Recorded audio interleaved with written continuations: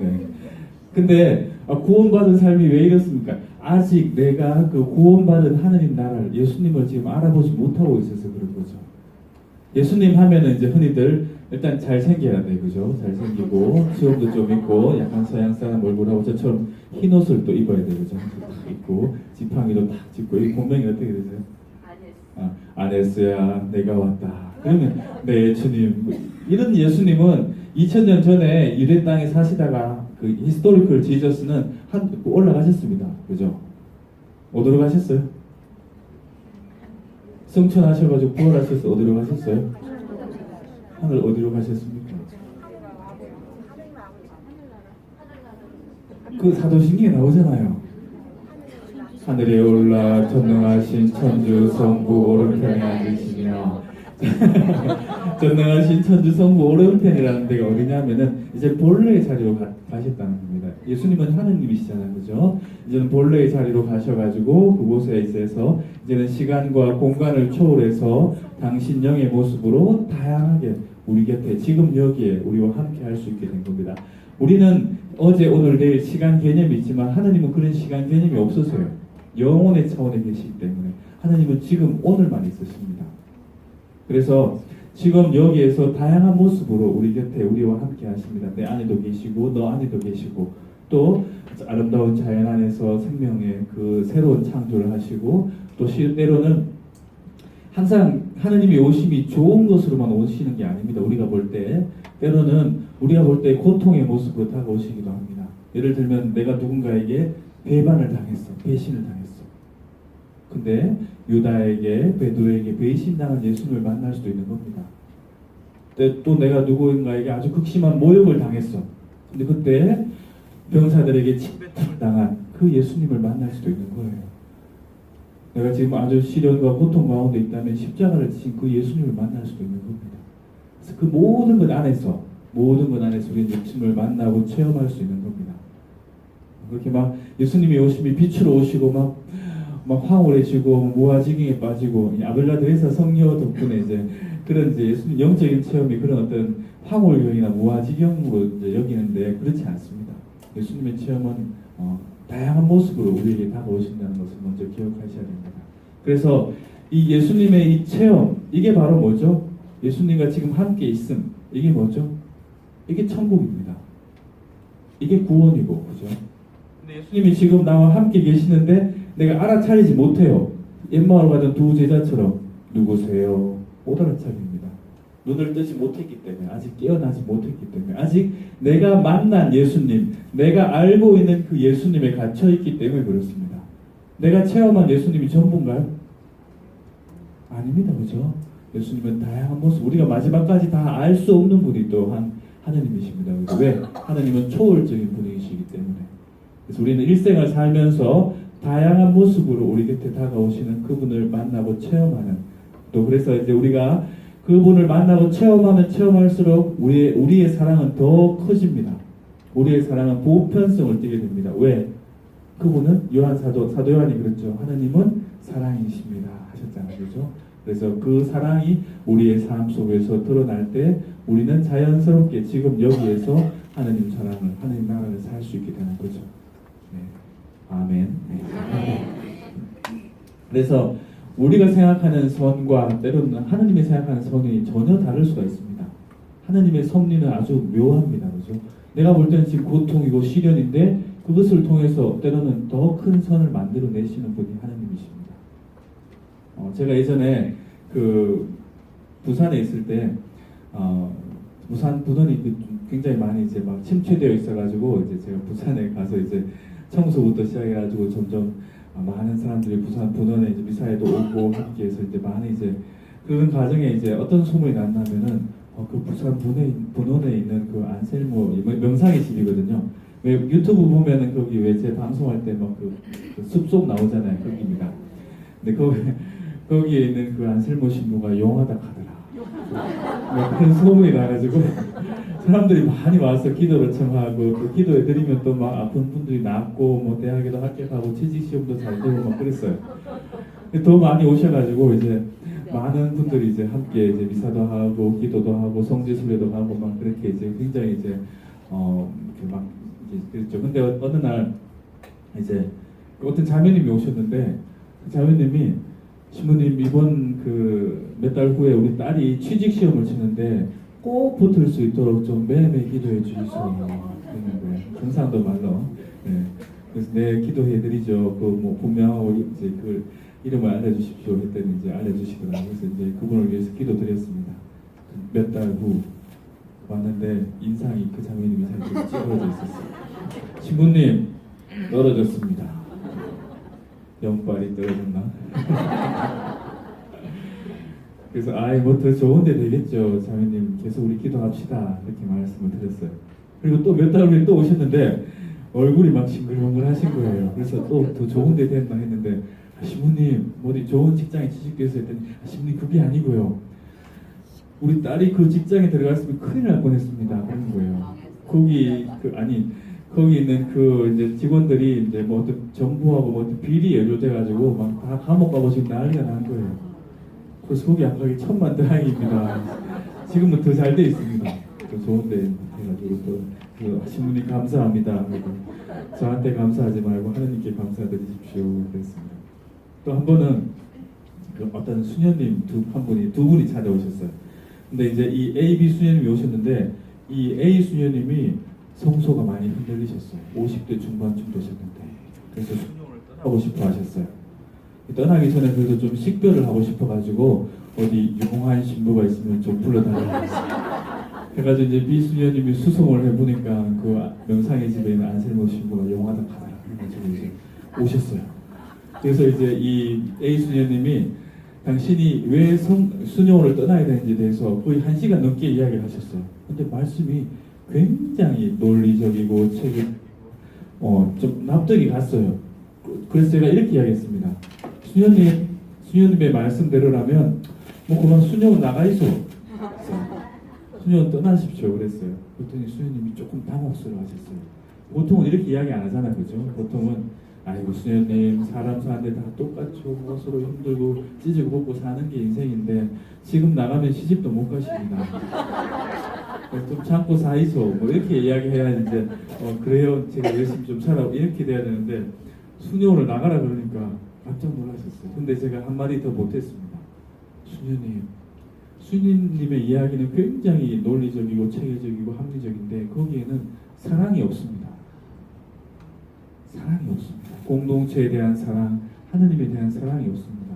하느님의 사랑은 합리적이지가 않습니다. 아침 9시에 온 사람이나 저녁 5시에 온 사람이 똑같이 한 데나리온을 주시잖아요. 그죠? 그거 믿지는 장사잖아요. 그죠? 그리고 또 재산 절반을 다 탕진하고 돌아온 둘째 아들에게 어떻게 했어요? 내 그럴 줄 알았다 하고 엉덩이를 때리셨나요?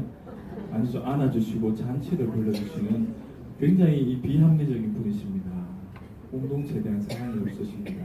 한번 거기에 대해서 묵상해 보십시오 하고 이제 아침기도 하고 마쳤습니다. 또 저 제 방에 오려고 이제 가고 있는데 갑자기 그 수녀님이 멀리서 신부님 하고 부르는 거예요. 그래서 가까이 갔더니 저한테 이렇게 말씀하셨습니다. 신부님 저 그냥 수녀원에 살랍니다. 용하죠. 제가 부재 때는 그 이제 마산이 하면 트러피 수녀원인데 그 수녀원에서 이제 서품점 피정을 하고 있었습니다. 그랬더니 거기 어떤 아줌마가 한 명 피정을 하고 있더라고 자매님이 같이 침묵 피정을 했습니다. 제가 반쯤 했을 때 그분이 가시면서 부재님 저를 위해서 좀 기도해 주십시오 하시더라고요. 그래서 네 기도해 드리겠습니다 하고 이제 그분을 위해서 정성을 다해 기도드렸습니다. 그리고 저는 이제 피정 마치고 와서 서품 받고 몇 달 후에 아주 두툼한 편지가 한 통 왔어요. 그 편지에 이렇게 적혀 있었습니다. 부재님, 아니 이제 신부님이 되셨겠는데요. 사실 저는 땡땡 수녀원의 땡땡 수녀입니다. 이제 수녀원을 떠나려고 사복을 입고 거기 가서 피정을 하고 있는데 식별 피정을 하고 있는데 부재님을 보는 순간에 이런 생각이 들었습니다. 아니 나는 끝내려고 왔는데 저 청년은 시작하려고 왔네. 그죠. 그래서 이건 하나님께서 다시 새롭게 시작하는 그런 메시지라는 것을 느꼈습니다. 하나님의 어떤 소리를 들었습니다. 그래서 앞으로 수녀원에서 그냥 열심히 충실히 더 살아가겠습니다. 그렇게 편지가 왔습니다. 네. 저는 아무것도 한 게 없습니다. 그냥 현존했을 뿐인데 예전에 이제 수녀원 연피점 지도 가서 이제 이런 이야기를 했더니 그 고해소에 이제 수녀님이 한 분이 들어오시면서 고해소의 문을 열면서 용하다고 해서 왔습니다. 나중에 알고 보니 그런 TV 프로가 있는 모양이에요. 네.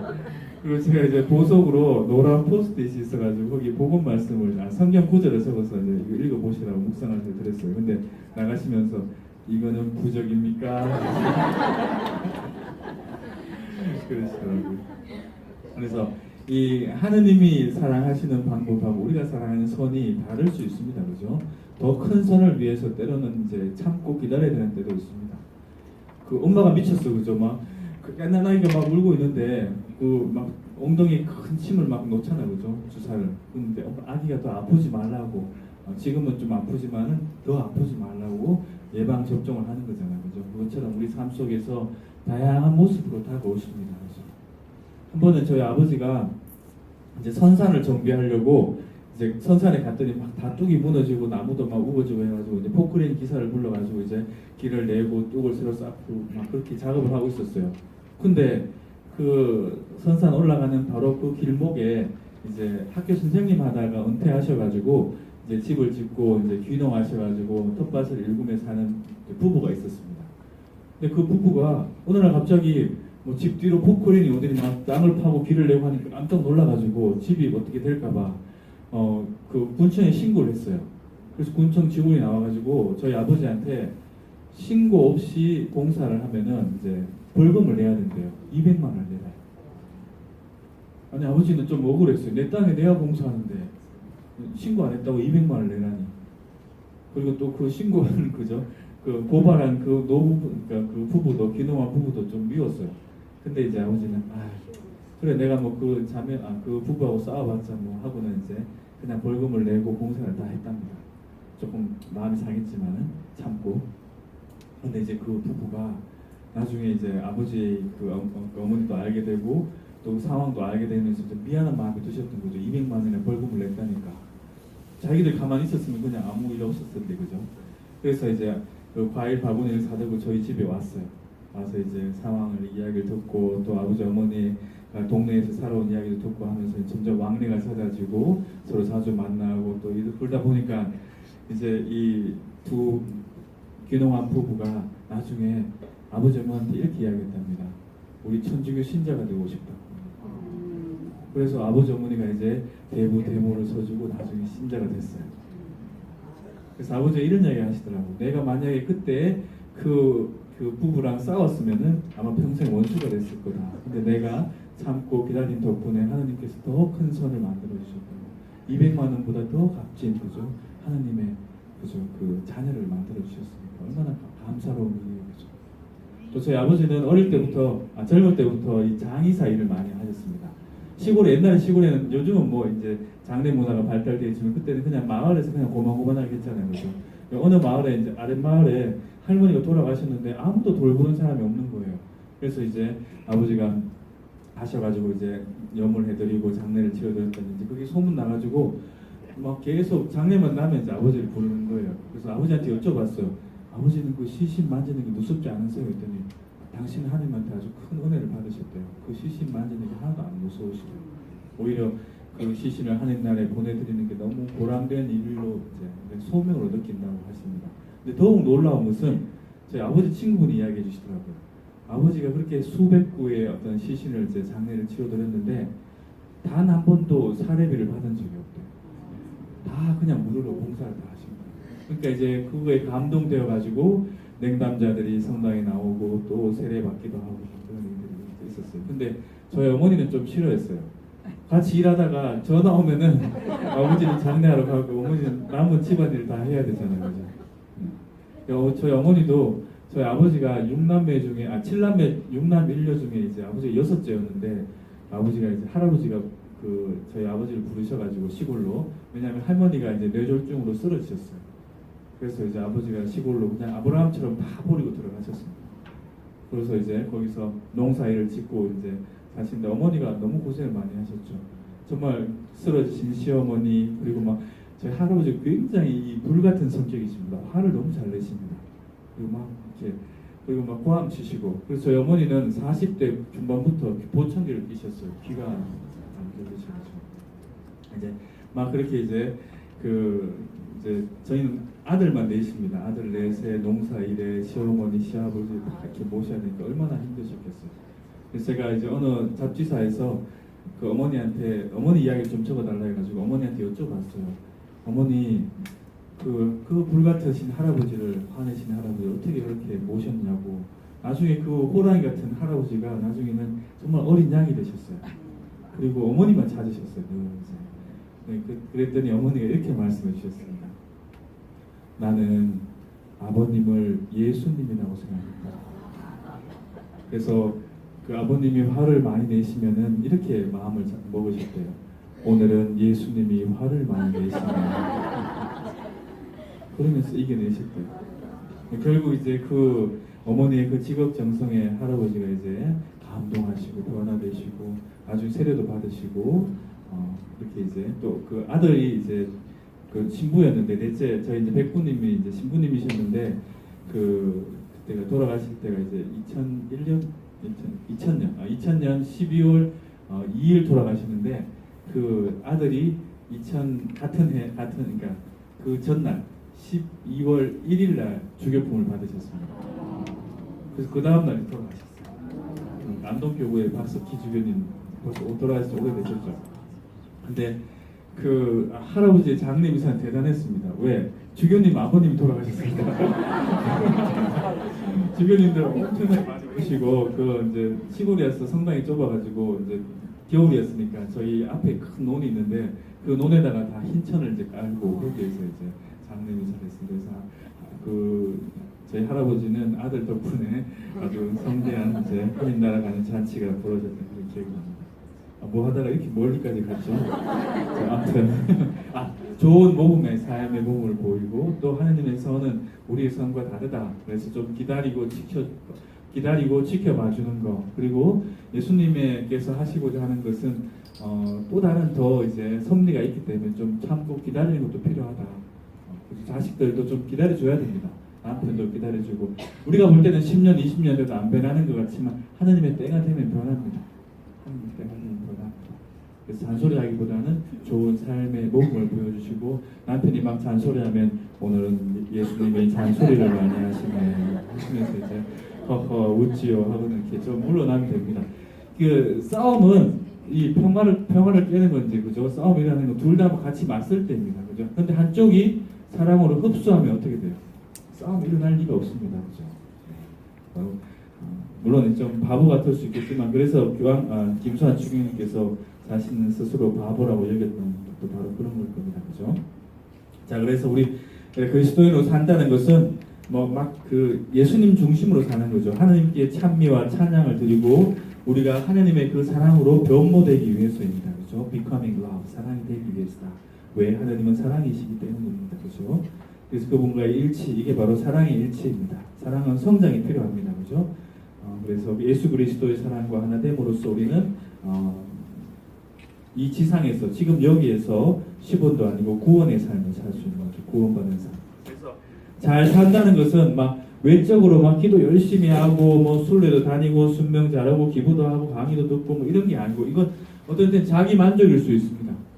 하나님이 빠져 있으면 하나님을 위해서 해야 되는데 하나님이 원하시는 삶을 살아야 되는데 그렇지 않고 많은 업적을 위주로 살다 보면은 오히려 자기 만족에 빠지게 되고 작은 말 한마디 이제 삐지기도 하고 토라지기도 합니다. 또 때로는 기도도 안 하고 사치스럽게 살아가고 또 아무도 건드릴 수 없는 자신의 영역을 가지고 그렇게 산다는 건 또 못 사는 걸까요?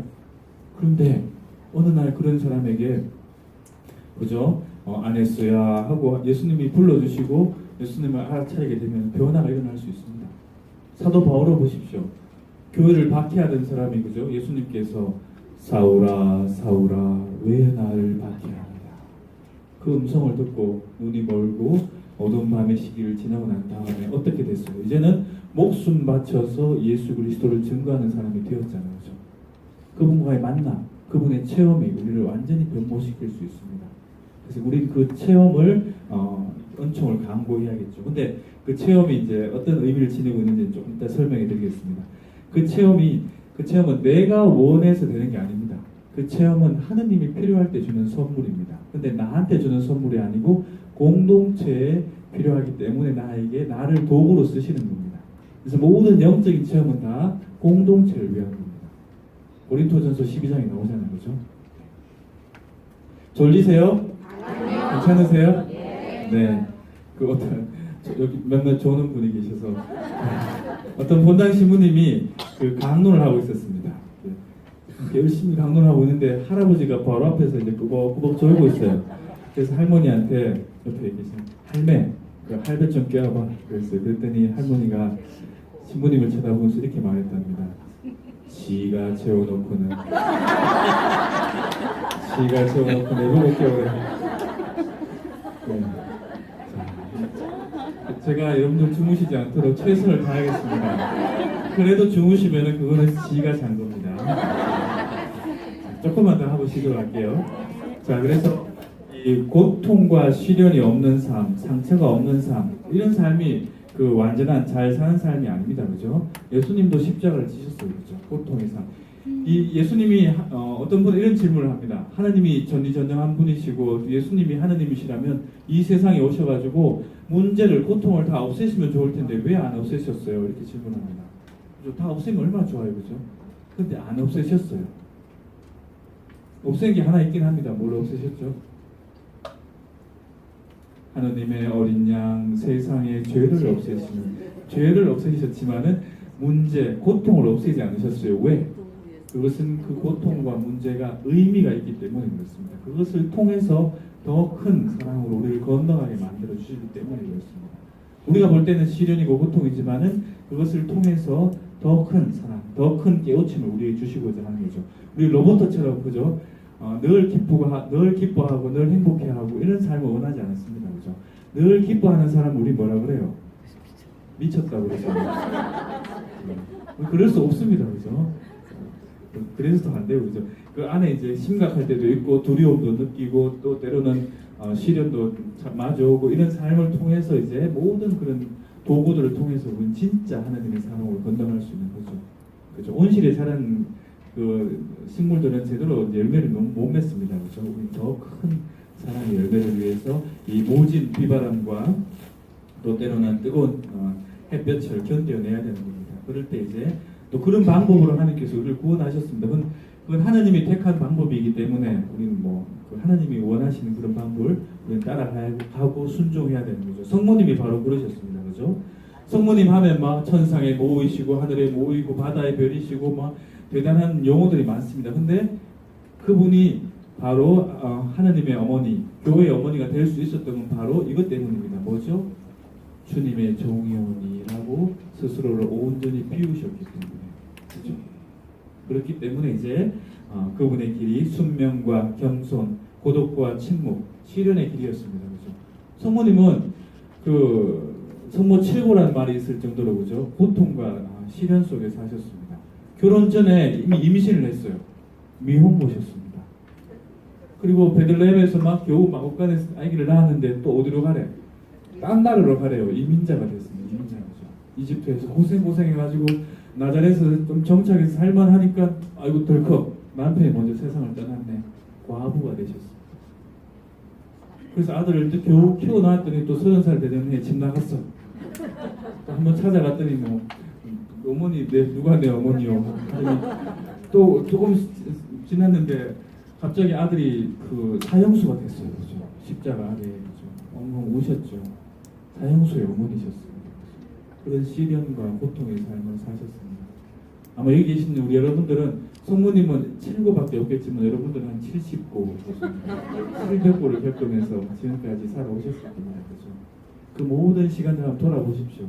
지금 그때는 견딜 수 없는 그런 시간이었지만 지금 다시 바라보면 그 시간들을 통해서 내가 성장하고 더 굳어지고 더 믿음이 튼튼해지고 또 더욱더 내 힘으로 할 수 없구나. 하나님께 온전히 의탁해야 되는구나. 그런 걸 깨닫게 되었지 않았어요. 그죠?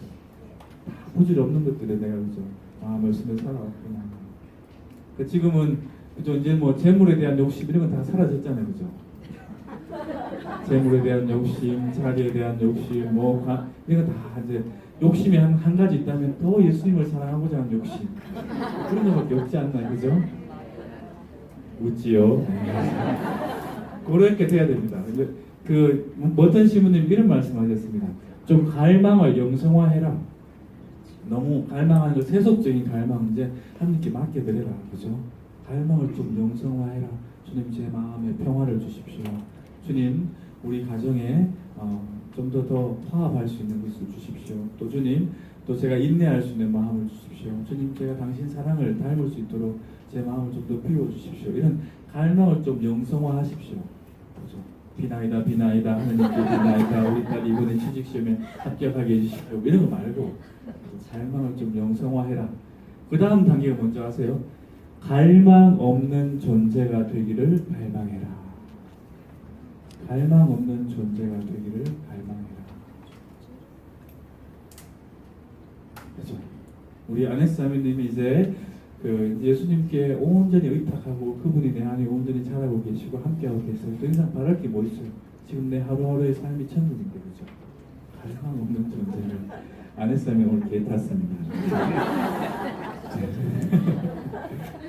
단 아네사미님. 자, 그래서 성모님도 이렇게 힘든 시간들을 보내셨다. 다양한 이제 친구들 있지만 주님의 종이오니 제게 이루어주셔서 고통의 여인이셨습니다. 그죠? 이건 지나가도록 하겠습니다.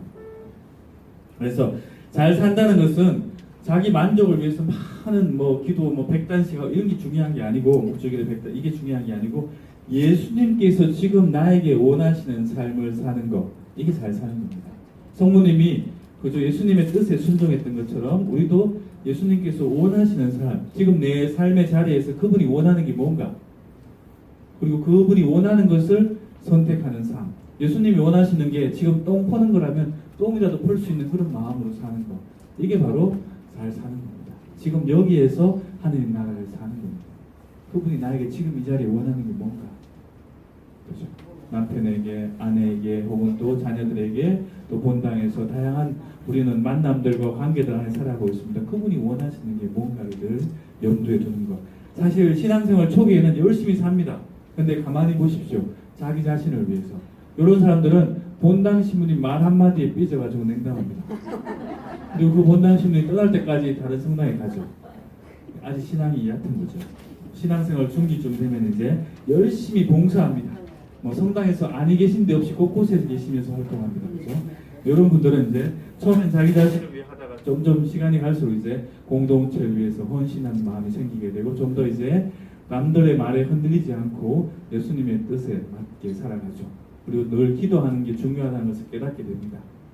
그리고 나중에 이제 여러분들쯤 되면 이제 열심히 사는 걸 잊어버립니다. 왜? 당연하니까. 사랑하는 게 특별한 게 아니에요. 왜? 내 삶, 예수님이 사랑하시고 난 다음에 아싸 나 사랑했어 이러셔요? 아니잖아요. 그죠? 그분의 존재가 사랑이에요. 그죠? 그것처럼 여러분의 존재가 이제 사랑으로 변화되어서 사랑하는 것이 그냥 자연스러운 나의 일상이 되어가는 거죠.